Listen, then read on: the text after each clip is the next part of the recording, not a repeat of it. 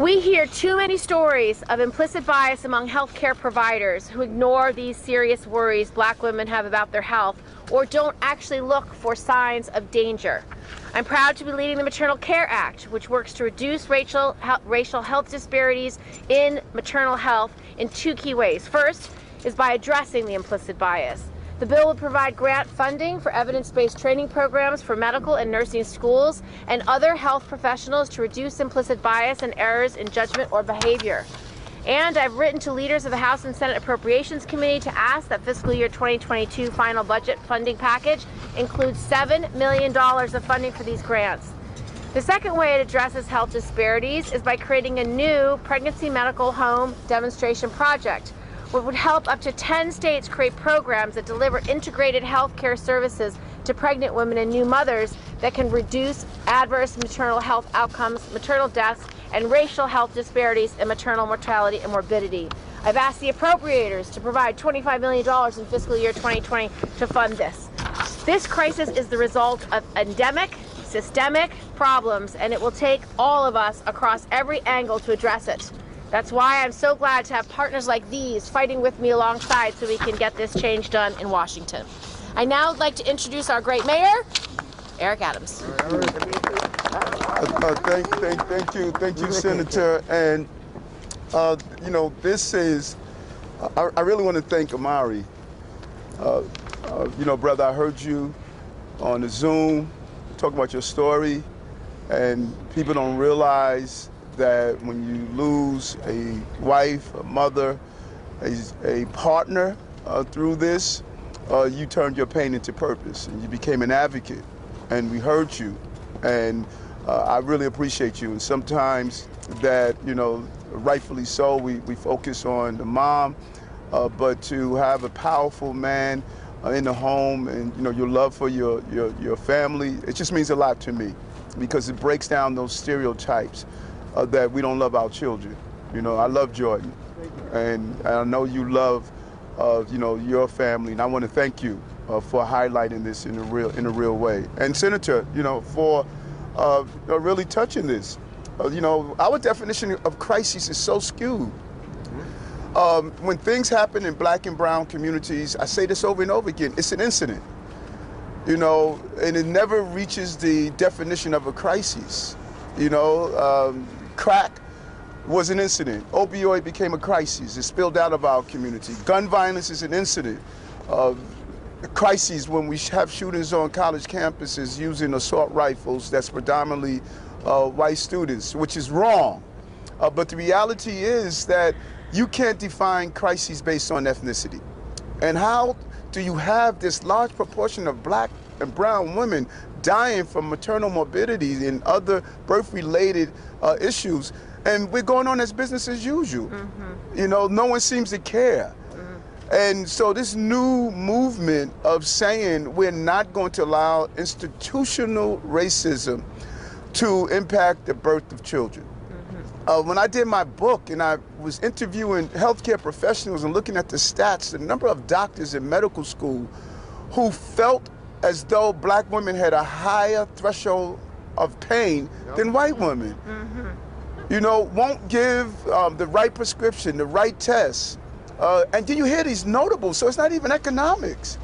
Because you hear folks like Serena Williams and what she went through over and over and over again. So this bill is so significant in what you're doing. You're basically saying to the country as a senator that we are not going to ignore this. We're not going to pretend as though it's all right for children to die and mothers to die prematurely. And so to partner with Congresswoman Clark and the two of you getting this legislation pushed through, the mom, and I like to say the Dad Act, you know, it's what this is all about. And this was important to me here in Brooklyn, everything from midwifery to doulas. It really should feed into our system. And I spoke with my team. We are going to lean into how do we put parents on a pathway of turning these numbers around. We must move these numbers. And so the leadership and advocacy coming from our senator is saying a lot. My health and hospital team that's here, they have been talking about this for some time, and we're going to continue to move in the right direction. Childbirth could be one of the most special times in your life. I'll never forget when my son was born and the doctor went to touch him, to take him out of his mother's womb. I moved his hand away and I said, I want to be the first person to touch my son. Aww. That is so significant for us. And when that dream turns into a nightmare because we didn't do our job, we betrayed the mother and the family, that must stop. And every parent knows that giving birth is beautiful. I mean, what is more special than that? This dad waiting to hear about the birth of, is it a boy, is it a girl? He should not have to sit in that room and somebody walks out and say, your wife didn't make it. The mother of your child didn't make it. That's happening in America? It's unacceptable. And we have become too complacent. And I'll be darned if I'm going to be complacent on this issue. And so we're going to continue to invest. We're going to ensure we create a safe care environment for our newborns, and something that's often missing, mental stability. What support is that mother receiving? What is she going home to? Who's there to give her the basic information? What are we doing around teaching breastfeeding? And how come the numbers are so high and with cesareans? And instead of allowing the mother to go through the birth canal so the baby receive those the microbiomes that they deserve and how it creates a healthy baby. We have to do this right. It has not been done right. And so the access of care, the quality of care that you see in affluent communities, that you see in other parts of the state, we must have it in downstate. Kings County, Brookdale, Harlem Hospital. Absolutely. All of these locations. So I thank you, Senator, for the Moms Act, hyphen Dads Act. You know, I thank you for what you're doing and listening, and Congresswoman, for making this happen. Let's get this done. And let's start saving the lives, the future generation of our babies. Thank you very much. Thank you. Yeah. Our next speaker is Congressman Yvette Clarke, who is leading on this in the House. Good afternoon, everyone. Let me thank our Senator Kirsten Gillibrand for her leadership on the Senate side of the Capitol and understanding how crucial this issue is to those of us residing here in central Brooklyn and Black women, quite frankly, across this nation, and Black men. Let me thank our mayor for being a champion for health care for all New Yorkers, but understanding that there's a cohort of humanity that has been undervalued, has been ignored, and marginalized for far too long in our health care paradigm. I'm Congresswoman Yvette D. Clarke. I want to acknowledge my council member as well, my new council member, Rita Joseph, and my new borough president, Antonio Reynoso. I don't want my colleagues to at all think that I take them for granted, but I co-chair the Congressional Caucus on Black Women and Girls and the Racial Equity Working Group, and I proudly represent where we all stand today, which is New York's 9th Congressional District in Central and South Brooklyn. Thank you all for joining me and my colleague, Senator Gillibrand, and all of our electeds as we come together in this fight to eradicate maternal mortality for America's mothers. From the Moms Matter Act, that we will make investments in community-based programs that provide mental and behavioral health treatments and support to our moms, and the Moms Act that will promote maternal safety standards and best practices through the Alliance for Innovation on Maternal Health Programs at HHS, to the Maternal Care Act that addresses the racial disparities that affect maternal health and expand access to care for pregnant women and new mothers. It's time to pass the Momnibus and the Black Maternal Health Momnibus. Let me be crystal clear. These maternal health bills must become law because the only other option is failure to support Black women. These bills will deliberately address disparities in maternal health care faced by pregnant women from racial and ethnic minority groups, and have support from over 240 organizations, including AHIP, APA, Anthem, and HIMSS. These bills improve maternal health by targeting the needs among racial and ethnic minorities, vulnerable populations, and veterans, extend SSMP eligibility for women, infants, and children to 24 months postpartum, and improves access to maternal health services with grants, testing an alternative payment model under Medicaid and CHIP. And it directs the Department of Justice and the Bureau of Prisons to establish programs to improve maternal health care services for prisoners. It also addresses adverse maternal health outcomes due to climate change and COVID-19 and improves maternal vaccination rates. The Momnibus will deliberately address the needs of women, especially Black and Hispanic women, who are more likely to live in poor health and die younger. And these disparities are not inevitable. They are not intractable. There are ways to reduce and even eliminate these disparities, and that is by passage of the Momnibus. This crucial package of legislation aimed at improving the lives of women and their families. They support will establish a task force across agencies and departments to coordinate federal efforts to address social determinants of health for pregnant and postpartum people. Provide funding for safe, stable, and adequate quality housing for pregnant and postpartum women. Study the transportation barriers that prevent pregnant and postpartum women from attending maternity care appointments and accessing important social services. Extend WIC eligibility periods for new moms so that new moms can access nutritious foods, information on healthy eating, and healthcare referrals when they need them the most.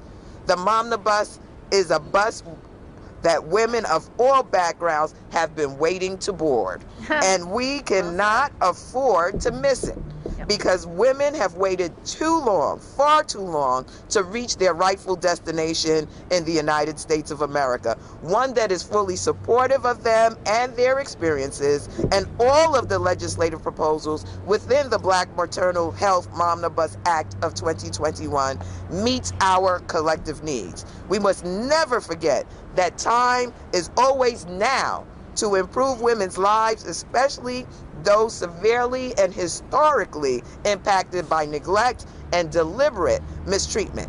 It's time to pass the Momnibus and adequately support women. I want to thank Senator Kirsten Gillibrand for her leadership in the U.S. Senate. It takes a mom to understand what we need to get done, and it takes great legislation like the Momnibus to get it done. I look forward to partnering with you in the Senate, and thank you so much for coming to Central Brooklyn, the 9th District. God bless you. Our next speakers are Councilwoman Rita Joseph. It was Antonio.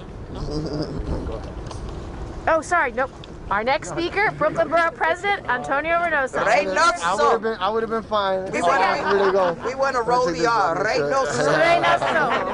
Thank you so much. Well, first of all, welcome all to the center of the universe that is Brooklyn. Yes. The sun to the New York City solar system. We shine bright so the others could match it.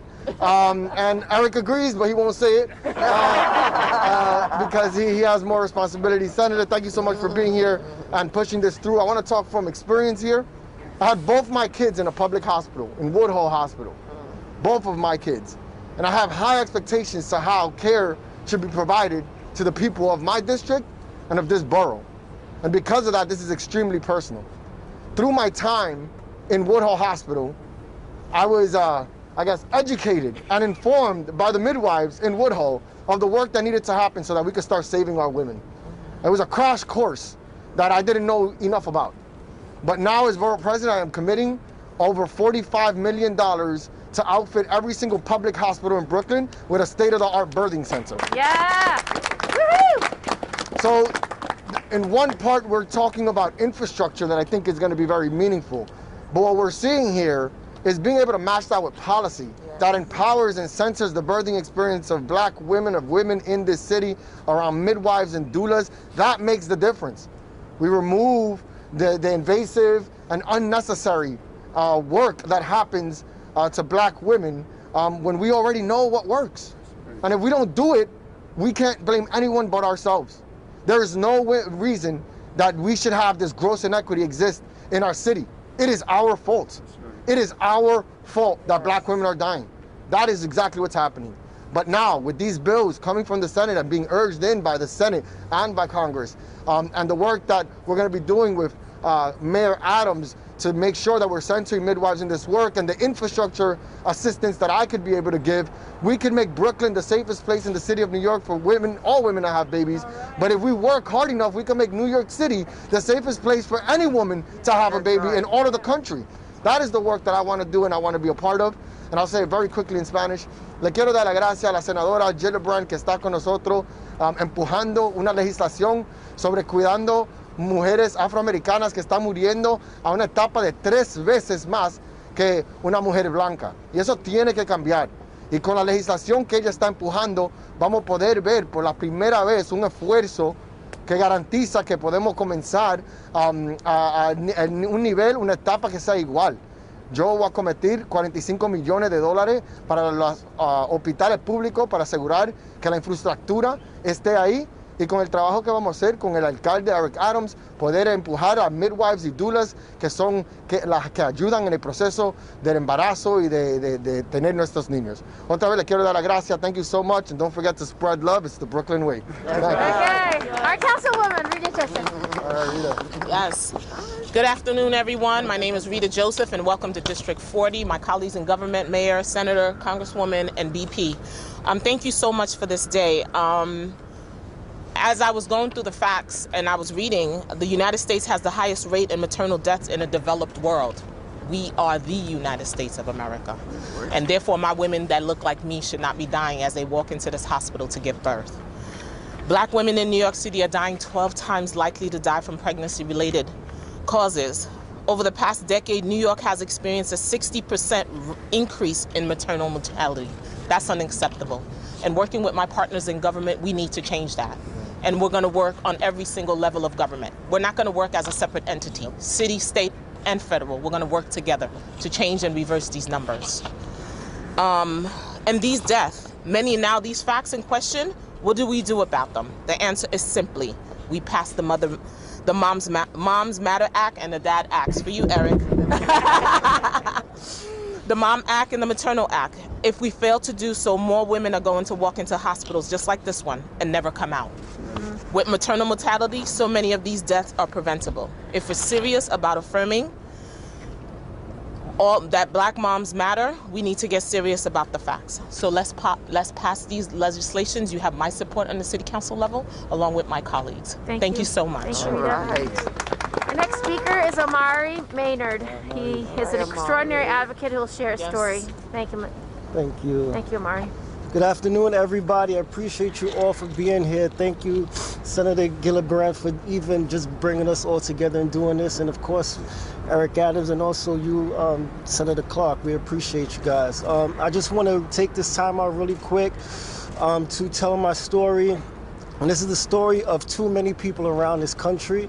My wife, Shamani Gibson, gave birth to our second child, Amari Maynard, on September 23rd, 2019. I'm thankful for the fact that she had 2 weeks to spend with our son, but unfortunately, that is something even ridiculous to have to say. She ended up going to the hospital, fully healthy woman, and ended up getting a C-section. C-sections, unfortunately, they take 45 minutes to get done. They're about 3 times. Hospitals get paid about 3 times more money in order to do a C-section as opposed to a natural birth. And again, like I said, because of the fact that it takes so fast to get done, you can get people in and out the hospital. And unfortunately, once you do that and you open up a woman's body in that nature, pulmonary embolisms are things that are more than likely to happen as opposed to giving birth naturally. And unfortunately, my partner, she passed away from a pulmonary embolism 2 weeks again after the birth of our child. Now, the other issue with this is the fact that between those 2 weeks, we went to the hospital about 3 times in order to make sure that our son was okay. Unfortunately, every time we went, we gave them information about how she was having chest palpitations. She was having chest issues, breathing issues. It was hard for her to walk up and down the steps. But because of the fact that we were not at the hospital for her, we weren't addressed properly. So once we go, that's only hospital visits in itself. We called many times, and we had the biggest thing that they told us was to make sure that she stayed off her feet, and if anything happens, anything gets worse, just give us a call back. And unfortunately, that's not enough to help save lives. Now, thankfully, our family was informed and understands birthing options, and understands that the fact that, you know, she had, again, 2 weeks with our family, but again, I'm so glad that we have this opportunity today to create this opportunity for families across the world, across this specific country, to make sure that their mothers, their daughters, you know, their wives don't pass away. This is very hard for me to do. Because of the fact that, you know, as a father, I do my best to make sure that my children are covered and have all the things that they need. But unfortunately, I'm not a mother, you know, and I'm not their mother. And there are so many things that I've learned from my mother that I know that unfortunately they cannot have the opportunity to do so with theirs. You know, so I appreciate again you all and the community in itself for covering us, for making sure that, you know, we have the opportunity to make sure that somebody else doesn't pass away, even if it's just one woman, one family. It is imperative that this bill gets passed. Because of the fact that, again, you know, there are so many systems that we're dealing with as a Black and brown community that break down our family structure. And again, this healthcare system is one of them. So birthing options of having doulas and midwives in the hospital, making sure that women have birthing options, understand that there are other things that they can do besides just coming to a facility. At-home births also being an option. We need to just make sure that we inform ourselves, inform our families, and again, make sure that our fathers as well know what's going on, so when they do go to these hospitals and do have this opportunity to deliver families, is that they understand the information and they know in order to help their partners. So again, thank you. I appreciate the time. God bless you. And y'all, everybody have a great day. God bless you, All right, Amari. thank you. Our last speaker is Patricia Loftman, who is a midwife and former chair of the Midwives of Color Committee of American College of Nurses. Good afternoon, Senator Gillibrand, Congresswoman Clark, Mayor Adams, Borough President Reynoso, and honored guests. The face of maternal morbidity and mortality are Black, brown, and indigenous women. These women reported that the maternal care system currently available to them does not provide them with the care by the provider of their choice. The ideal perinatal system would have more access to care by midwives, a midwife or doctor who shares their heritage, race, ethnic, or cultural background, a provider with whom they can develop a trusting relationship, a doctor or midwife who is a good match for what they value and want for pregnancy and birth care, continuity of care throughout pregnancy and birth, shared decision-making, a pregnancy and birth free of mistreatment, a pregnancy and birth characterized by respect, privacy and dignity, a pregnancy free of pressure to accept interventions and procedures. Around the world, the countries with the lowest maternal mortality rates utilize midwives to provide maternity care. The maternal mortality rate in 2018 in the UK was 9.2. In France, it was 7.8. In Sweden, it was 4.4. In Denmark, it was 4.2. In Cuba, it was 3.0.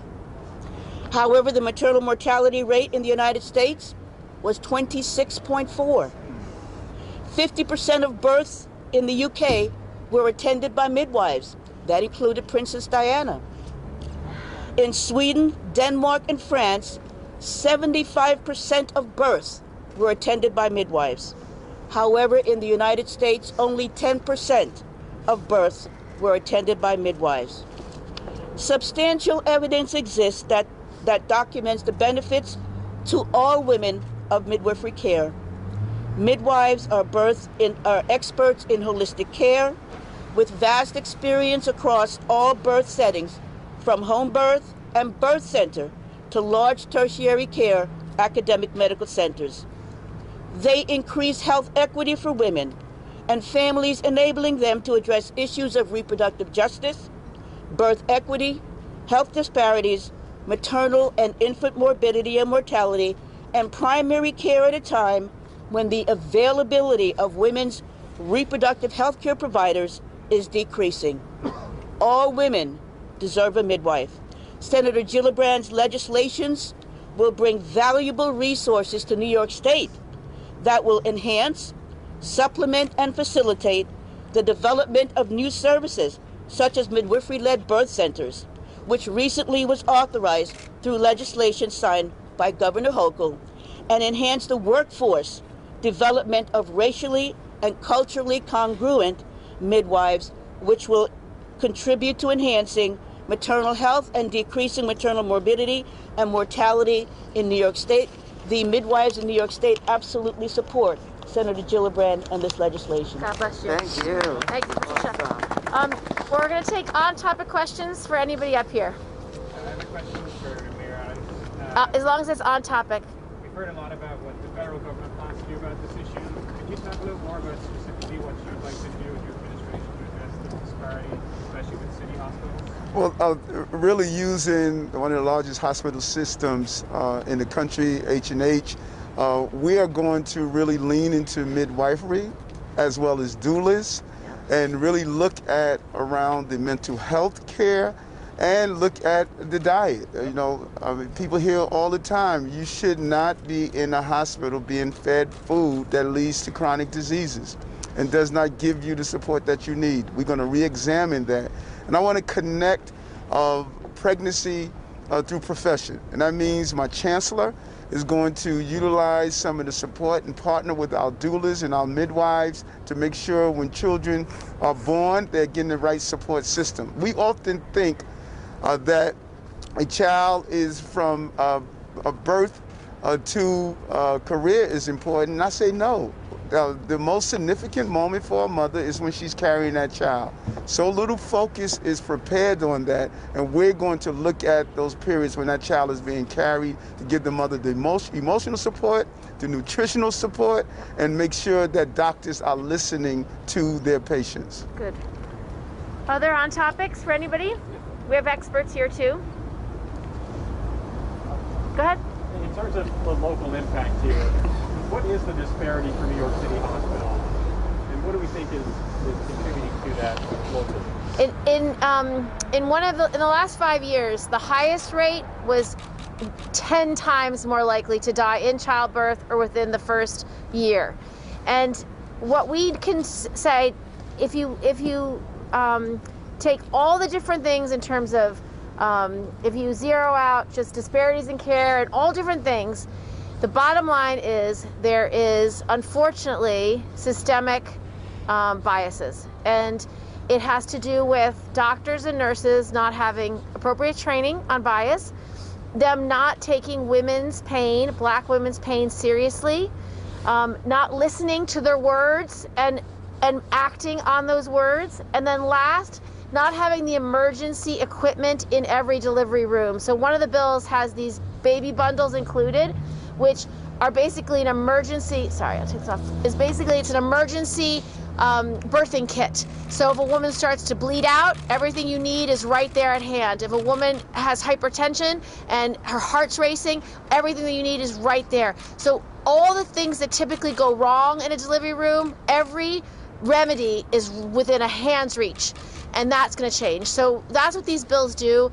But it's a systemic racism that is an issue that we need to look into biases and train all medical care workers on those inherent and clearly, in many instances, unconscious biases that are impacting how care is delivered. Is there funding in the bill for that kind of Yeah, training? so there's my bill is 3 different parts. One of them specifically training against biases, others for these emergency care kits, others for grants for hospitals to upgrade their maternity wards. We need more maternal care throughout the state and throughout the city. We need to make sure every hospital has state-of-the-art maternity care. And I thought what the mayor said was really wise, focusing on a holistic approach to from beginning, from pregnancy, straight through postpartum, and dealing with the mental health postpartum depression issues is equally as severe.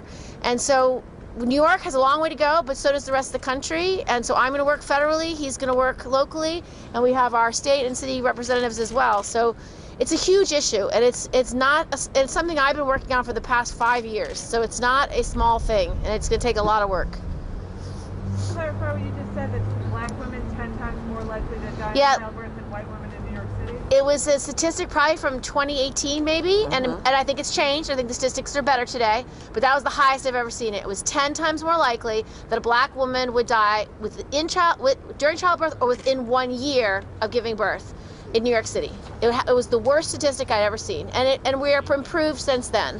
But that just shows how bad it can be. And during that time, nationally, it was 4 times more likely. But in New York City, it was 10 times more likely.